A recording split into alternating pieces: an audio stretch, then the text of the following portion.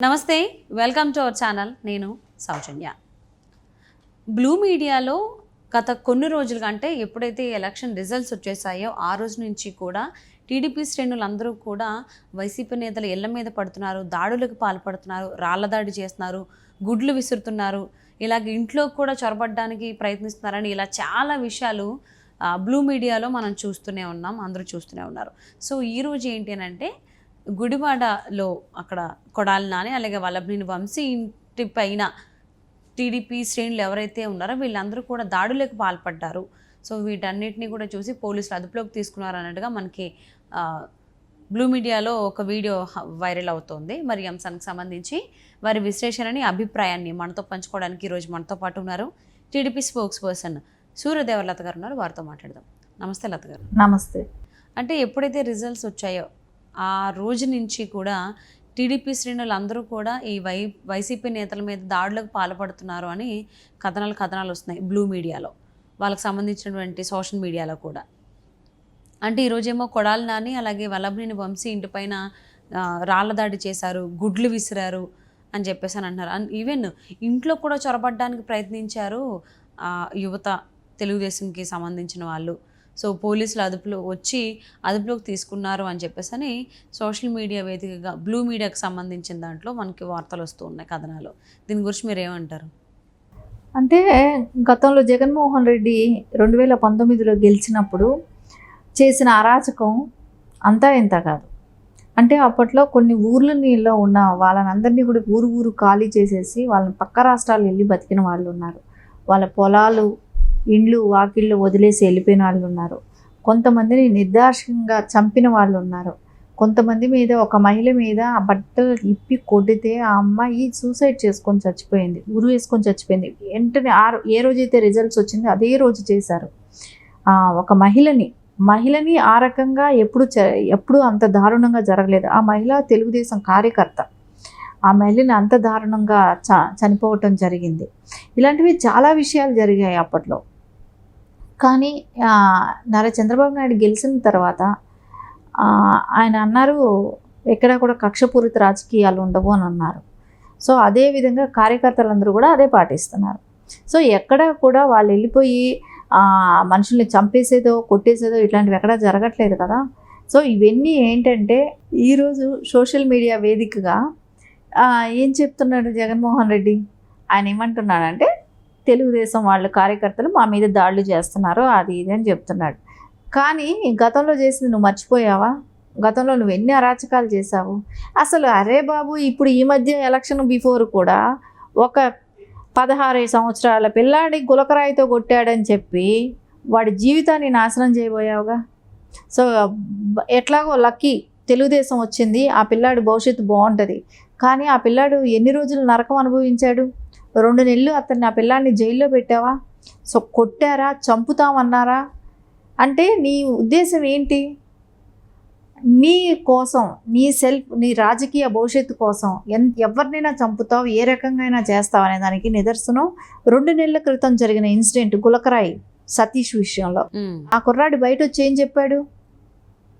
ఎవరు చేశారని చెప్పాడు? నాకేమీ తెలియదు, నేనేమీ చేయలేదు, నన్ను పోలీసులు తీసుకెళ్ళి కొట్టి ఒప్పుకోమని చెప్పారు అనేది నువ్వు చేసిన పనులు అవన్నీ, నీ పార్టీ చేసిన పనులు ఇవన్నీ.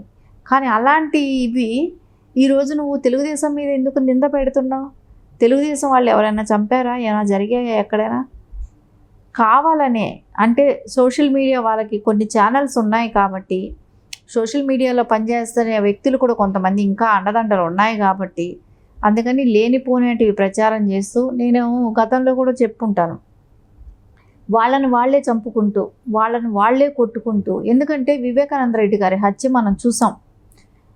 ఎవరు చేశారు? అంత వాళ్ళే జరిగింది కదా. దాన్ని నెట్టింది ఎవరిపైన? ఆ రోజు అధికారంలో ఉన్నాం కాబట్టి. సో తెలుగుదేశం జాతీయ అధ్యక్షుడు నారా చంద్రబాబు నాయుడు గారి మీద అప్పుడు సీఎంగా కూడా ఉన్నారు, ఆయన మీద నెట్టడం జరిగింది వివేకానంద రెడ్డి గారి హత్య. అంటే వాళ్ళే చంపుకుంటారు, వాళ్ళే కొట్టుకుంటారు, వాళ్ళకి పాత కక్షలు ఉంటే వాళ్ళకు జరిగినా కూడా. సో ఇవన్నీ కూడా తెలుగుదేశం గెలిచింది మూలాన జరుగుతున్నాయి అని చెప్పి పోర్ట్రే చేయటమే కానివ్వండి, ఇవన్నీ కూడా దారుణం అనిపించట్లేదా? ఇంకా ఈ నీచ రాజకీయాలు చేస్తూ ఇంకా ఇంకా ఇట్లాగే చేయటం అనేది కరెక్ట్ అయిన పద్ధతి కాదు. ఇకనైనా కూడా వైసీపీ వాళ్ళు గతంలో మనం ఏం చేసాం, ఇప్పుడు ఏం జరుగుతుంది అనేది ఒకటి బేరేజ్ చేసుకుంటే మంచిగా అనిపిస్తుంది. కానీ ఖచ్చితంగా దీనిలో తెలుగుదేశం క్యాడర్ అయితే ఎలాంటి తప్పులు అయితే చేసే అవకాశాలు అయితే లేవు. అంటే ఇక్కడ గుడివాడలోనే కాకుండా అక్కడ రాజమండ్రి తూర్పుగోదావరి జిల్లాకు సంబంధించి, అంటే ఉమ్మడి తూర్పుగోదావరి జిల్లాకు సంబంధించి కూడా చూసుకున్నట్లయితే అక్కడ రాజమండ్రిలో కూడా ఇలాగే ఏదో దాడులకి పాల్పడ్డారు తెలుగుదేశంకి సంబంధించిన యువత. అప్పుడు మార్గాన్ని భరత్ వచ్చారు, అలాగే పోలీసులు కూడా వచ్చారని కూడా వాళ్ళ అంటే వైఎస్ఆర్సీపీకి సంబంధించినటువంటి మీడియాలో చూస్తూనే ఉన్నాం. సోషల్ మీడియాలో కూడా కథనాలుగానే ఉంటాయి. సో అవి అది నిజమా కాదా అనేది అయితే ప్రజలకు అందరికీ ఇప్పుడు అక్కడ లోకల్లో ఇంకా ఎవరైనా చెప్పాలి కదా. సో అక్కడ డిపార్ట్మెంట్ ఉంది కదా. సో ఇప్పుడు డిపార్ట్మెంటు వాళ్ళకి ఫేవర్గా చెప్తుందని అనుకుంటున్నారా? అవ్వదు కదా. సో అక్కడ ఏది ఉన్నా కూడా నిర్దాక్ష్యంగా అయితే ఇప్పుడు పోలీసులు వచ్చారు కాపాడుతున్నారు అని చెప్పి వాళ్ళే చెప్తున్నారు కదా. పోలీసులు వెళ్తున్నారు వస్తున్నారు అక్కడ కాపాడుతున్నారు అని కూడా చెప్తున్నారు కదా ఒకవేళ. సో అంటే పోలీసులు పని చేయకపోతే అప్పుడు మీరు మాట్లాడటానికని ఉంటుంది. సరే పోలీసులు వచ్చి పని చేస్తున్నారని మీరే చెప్పినప్పుడు తెలుగుదేశం వాళ్ళు అయితే పట్టుకుంటారు కదా. సో అరెస్ట్ చేస్తారు కదా. సో అక్కడ ఎవరు దొరకలేదా వీళ్ళకి అనేది కూడా ఇక్కడ మనం ఒకటి ఆలోచించాల్సిన విషయం. ప్రతిదానికి తెలుగుదేశం వాళ్ళు ఆయన సీఎంగా ఉన్నా బాబు గారే, అపోజిషన్లో ఉన్నా బాబు గారే,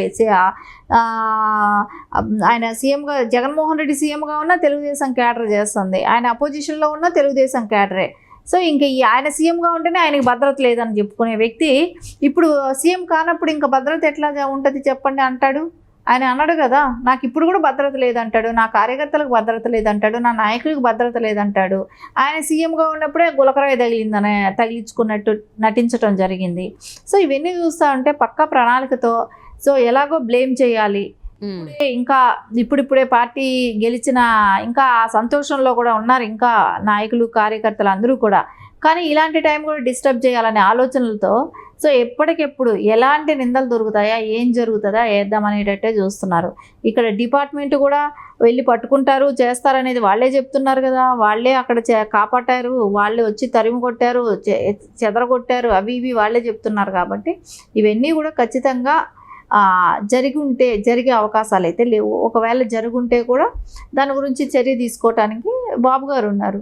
సో తీసుకుంటారు. కానీ లేనిపోని నిందలు వేయడం అనేది జగన్మోహన్ రెడ్డి గారికి ఇకనైనా తగదనేది, ప్రజల్ని స్వేచ్ఛగా వాళ్ళ ఆనందంగా బతకనిస్తే మంచిది. ఎందుకంటే మనం చూసాం 2 నెలల క్రితం కూడా ఎలాంటి డ్రామాలు జరిగాయో ఎలాంటివి జరిగాయో.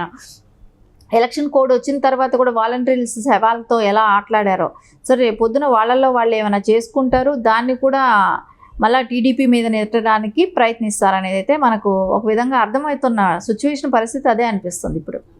సో వైసీపీకి సంబంధించినటువంటి సోషల్ మీడియాలో కావచ్చు తెలుగుదేశం పార్టీ నేతలు దానికి సంబంధించిన అభిమానులందరూ కూడా తెలుగుదేశం పార్టీకి సంబంధించిన వాళ్ళందరూ కొంతమంది వెళ్ళి వైసీపీ నేతలు ఇళ్లపైన, అంతే వల్లభనేని వంశీ అండ్ కొడాలని గుడివాడలో, అలాగే రాజమండ్రిలో కూడా వాళ్ళు దాడులకు పాల్పడుతున్నారు, రాళ్ళ దాడి చేస్తున్నారు, గుడ్లు విసురుతున్నారు అని ఒక వీడియో సోషల్ మీడియాలో పోస్ట్ చేసి దాన్ని వైరల్ చేస్తున్నారు.